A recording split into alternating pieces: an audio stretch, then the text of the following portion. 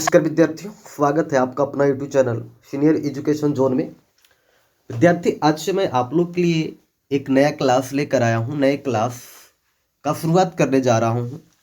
वैसे विद्यार्थियों के लिए जो आर्ट्स की तैयारी कर रहे हैं, आर्ट्स की तैयारी करना चाहते हैं, वैसे विद्यार्थियों के लिए आर्ट्स के लिए स्पेशल लेकर आया हूँ। 12th का आर्ट्स के लिए मैं आप लोग के लिए स्पेशल वीडियो लेकर आया हूँ। ट्वेल्थ जो आर्ट्स पढ़ना चाह रहे होंगे, आर्ट्स वाले विद्यार्थियों के लिए लेकर आया हूँ। तो मैं शुरू करूंगा। मैं यहाँ पे आपको राजनीतिक विज्ञान से जो बुक है आपका राजनीतिक विज्ञान पॉलिटिकल साइंस पूरी आपको क्लियर कराऊंगा, और उसके बाद हिस्ट्री भी कराऊंगा। मतलब पारापारी आपको सब सब्जेक्ट जो है से कराया जाएगा इस चैनल के माध्यम से। तो आप अगर जो अच्छे से तैयारी करना चाहते हैं, आप 12th आर्ट्स के विद्यार्थी हैं, तो आप हमारे चैनल को सब्सक्राइब कर लें, बेल आइकन को ऑन कर ले, ताकि आपको जब भी वीडियो अपलोड किया जाए आपको सूचना मिलते जाए। तो आज मैं आप लोग के लिए पहली वीडियो में लेकर आया हूँ एनसीईआरटी का जो भी आएगा। एनसीईआरटी का सिलेबस मैं आपको बताऊंगा पूरी तरीक़ा से। एग्जाम अभी से एग्जाम तक के आपको बताऊंगा। आपका एग्जाम जो है सो 2022 नहीं 23 में होने वाला है। तो आपका 23 में जो भी एग्जाम देना चाहते होंगे वैसे विद्यार्थियों के लिए है। ये 12th वाले अभी जो तत्काल 22 में एग्जाम देने वाले हैं, उनका तो 1 फरवरी से एग्जाम होने वाला है, तो उनके लिए वीडियो मैं नहीं बना रहा हूँ। नए बैच के लिए बना रहा हूँ जो आपका 2023 में एग्जाम देना चाहते हैं। तो वैसे विद्यार्थियों के लिए मैं आज से आप लोग के लिए एक नया वीडियो अपलोड करूंगा। डेली प्रत्येक दिन आपको क्लास लूँगा। क्लास चलेगा, ऑनलाइन क्लासेज के माध्यम से आपको पूरा कोर्स कराया जाएगा। तो जितने भी आपके दोस्त हैं, आपके सहयोगी जो भी हैं, या आपके भाई बहन होंगे, तो उनको ये सूचना आप दे दीजिए, वीडियो के माध्यम से भेज दीजिए लिंक, चाहे आप अपने से सूचना उसको उनको दीजिए कि इस चैनल पर आपको जो है से ऑनलाइन क्लासेज शुरू हो चुका है। तो आज मैं आपकी क्लास के लिए लेकर आया हूँ। आज मैं आपको पहली क्लास लेकर आया हूँ, जिसमें पहली क्लास में मैं आज आपको बताऊँगा ये पॉलिटिकल साइंस का भाग जो बुक दूसरा बुक जो है उसका नाम है स्वतंत्र भारत में राजनीतिक, या स्वतंत्रता के बाद भारत की राजनीतिक व्यवस्था कैसा रहा, भारत की राजनीतिक कैसा है। तो ये दूसरा बुक आपको है जो एग्जाम के दृष्टिकोण से ये भी आपके लिए बहुत ही महत्वपूर्ण माना जाता है। तो इसमें आज मैं आपको पहला चैप्टर बताऊंगा, राष्ट्र निर्माण की चुनौतियां। इसका भाग 1 पहला वीडियो होगा आज आपके लिए। तो इसमें मैं आपको पहले चैप्टर ही बताऊंगा। पहले मैं आपको कक्षा, देखिए यहाँ पे कक्षा 12th है, स्वतंत्र भारत में राजनीतिक, अध्याय 1 है राष्ट्र निर्माण की चुनौतियां। राष्ट्र निर्माण की चुनौतियां, ये भाग 1 पढ़ेंगे। भाग 1 में हम पढ़ेंगे यहाँ पे नए राष्ट्र की चुनौती। जब भारत नए राष्ट्र बना तो कौन कौन सी चुनौतियां हुआ, कौन कौन सी समस्याओं का सामना करना पड़ा। जैसे कि आप जान रहे हैं कि भारत जो है से लगभग 200 वर्षों तक जो है से अंग्रेजों का अधीन रहा, अंग्रेजों का उपनिवेश रहा। तो उसके बाद जब स्वतंत्र हुआ 15 अगस्त 1947 को, तो हमारे भारत देश के विकास के लिए, निर्माण के लिए, राष्ट्र निर्माण के लिए कौन कौन सी चुनौतियों का सामना करना पड़ा, कौन कौन सी कठिनाइयों से जूझना पड़ा, इन सभी चीज़ों के बारे में हम इस चैप्टर में पढ़ेंगे। तो देखिए, पहले हम समझ लेते हैं कि आज को इस चैप्टर के अंतर्गत पढ़ना क्या क्या है, कौन कौन से टॉपिक को पढ़ना है। इस अध्याय में हम पढ़ेंगे, क्या पढ़ेंगे, तो 1947 के बाद पहले दशक में राष्ट्र निर्माण की किन चुनौतियों की सफलतापूर्वक निपटाया गया। मतलब कि 1947 में जब भारत आज़ाद हुआ उसके पहले दशक तक, यानी से 1947 से 57 तक के जो साल रहा, उस पर कौन कौन सी चुनौतियों का सामना करना पड़ा और भारत उसे कैसे निपटा, इसके बारे में हम यहाँ पे समझेंगे। दूसरा है बंटवारे के कारण धर्मनिरपेक्ष भारत की भारत पर आई आज पड़ा, भारत में क्या उसकी कमियां हुआ या क्या परेशानियों का सामना करना, विभाजन होने के बाद, बंटवारा होने के बाद धर्मनिरपेक्ष जो भारत था उस पर क्या आज पड़ा, इसके लिए सीखेंगे। इसके बाद आपका टॉपिक रहेगा रियासतों का मसला। जो बार अलग अलग छोटे छोटे राज्यों में विभक्त था हमारा देश, उस राष्ट्र जो छोटे छोटे राज्य थे या छोटे छोटे रियासत थे, उसको निपटाने में कैसे भारत सफलतापूर्वक हासिल किया। उसके बाद हम पढ़ेंगे विभिन्न लोगों की विभिन्न भाषाएं, लोगों की आकांक्षाओं का ख्याल रखते हुए देश के अंदरूनी सीमा रेखाओं फिर से तय करना, नए सिरे से उसका सीमा रेखा का निर्धारण करना कैसे संभव हुआ, इन सभी चीज़ों के बारे में हम लोग इस चैप्टर के अंतर्गत पढ़ेंगे। राष्ट्र निर्माण की चुनौतियां के अंतर्गत ये टॉपिक पढ़ेंगे। 4 गो टॉपिक जो है से हम लोग इसमें कवर करने वाले हैं। तो चलिए देखते हैं पहला टॉपिक क्या था हमारा।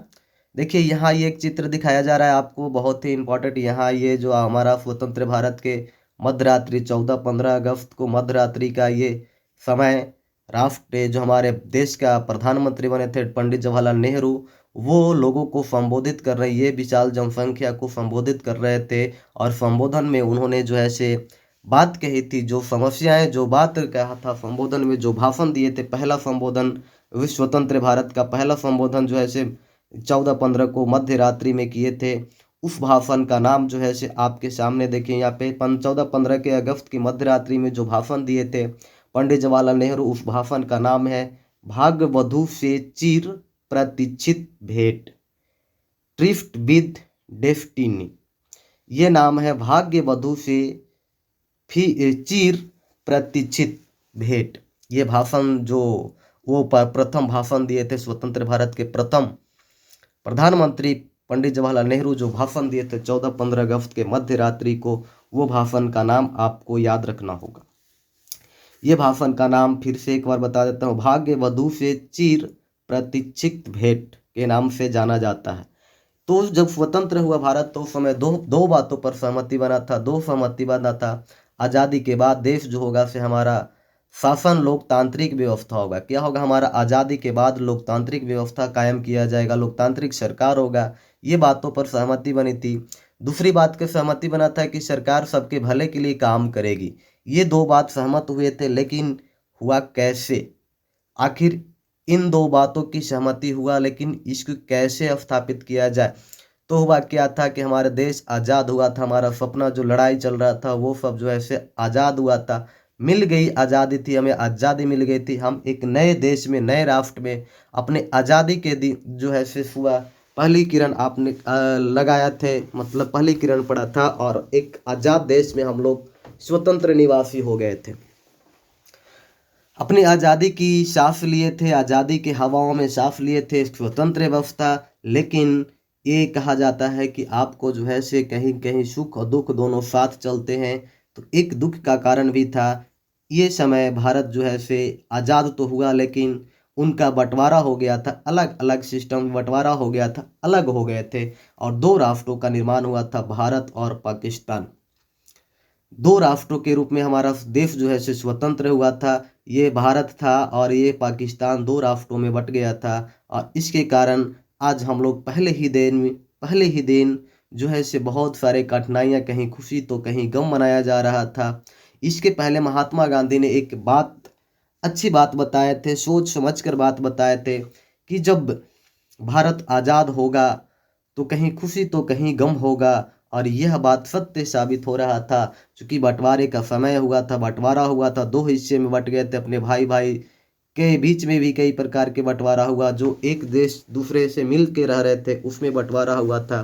तो कहीं खुशी का माहौल था तो कहीं गम का माहौल था। ये बात महात्मा गांधी जो है से बताए थे कोलकाता में। उस समय भारत आज़ादी के समय कोलकाता में थे महात्मा गांधी, उस समय ही इस बात को बोले थे, कोलकाता से इस बात को संबोधन किए थे। तो भारत जब आज़ाद हुआ तो हमारे देश में जो है से बहुत सारे समस्याएं का सामना करना पड़ा, बहुत सारे विशेष कठिन परिस्थितियां से भी गुजरना। पहला कठिन परिस्थिति विभाजन, दूसरा अभूतपूर्व हिंसा, तीसरा विस्थापन, और चौथा बहुत सी चुनौतियों का सामना करना पड़ा। हम लोग यहाँ पे विभाजन और अभूतपूर्व हिंसा के बारे में अगले टॉपिक में पढ़ेंगे, विस्थापन के बारे में। यहाँ हम लोग समझते हैं चुनौतियों के बारे में, कौन कौन सी चुनौतियों का सामना करना पड़ा, इस चुनौती के बारे में हम लोग समझेंगे।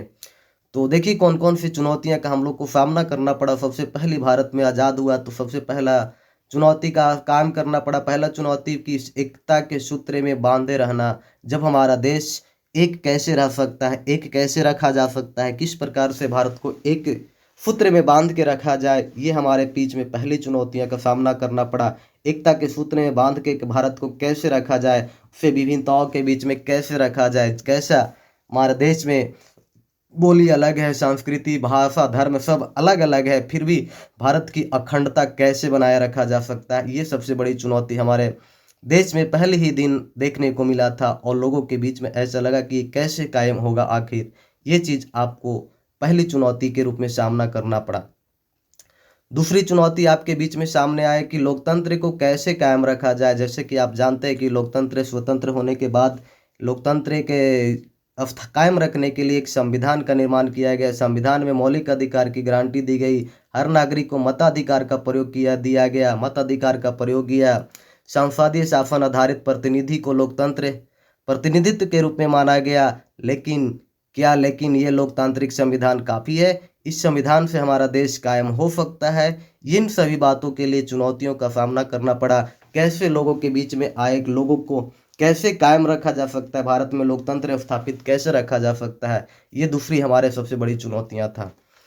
तीसरा चुनौती हमारे बीच में ये था तीसरा चुनौती था कि ऐसे विकास जो हमारे समुच्चे समाज के भलाई हो, यानी कि सभी समाज के लोगों को भलाई के लिए कैसे विकास की नीति बनाया जाए, नियम बनाया जाए, जिससे आर्थिक स्थिति और सभी चीज़ जो है से सभी लोगों के लिए कायम हो सकता है।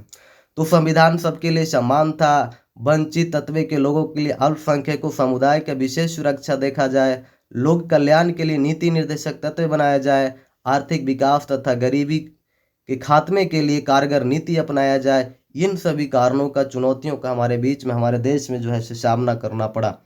तो अभी हम लोग यहाँ पे चुनौतियों के बारे में बात की, कौन कौन सी चुनौती का सामना करना पड़ा हमारे देश के अंदर। पहले ही दिन आज़ाद होते ही हमारे देश में बहुत सारे चुनौतियाँ, बहुत सारे कठिनाइयों का सामना करना पड़ा। तो कौन कौन से विशेष चुनौतियाँ था, इसके बारे में हम आज आपको इस वीडियो के अंतर्गत बताएं। अगला दिन हम लोग अगला वीडियो में सीखेंगे कि भारत का विभाजन कैसे हुआ, उसका कारण क्या हुआ, परिणाम क्या था उसका। इस चीज़ के बारे में हम लोग अगला वीडियो में सीखेंगे। फिलहाल आपके लिए एक क्वेश्चन छोड़ कर जाता हूं, आप कमेंट बॉक्स में इसका आंसर दीजिएगा।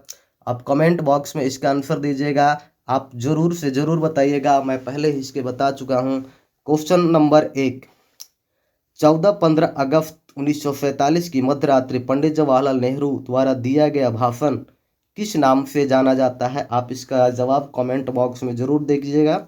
दूसरा, आज़ादी के तुरंत बाद किन चुनौतियों का सामना हिंदुस्तान को करना पड़ा? हिंदुस्तान को कौन कौन सी चुनौतियों का सामना आपको करना पड़ा? इसका जवाब आप कमेंट बॉक्स में भी दीजिए।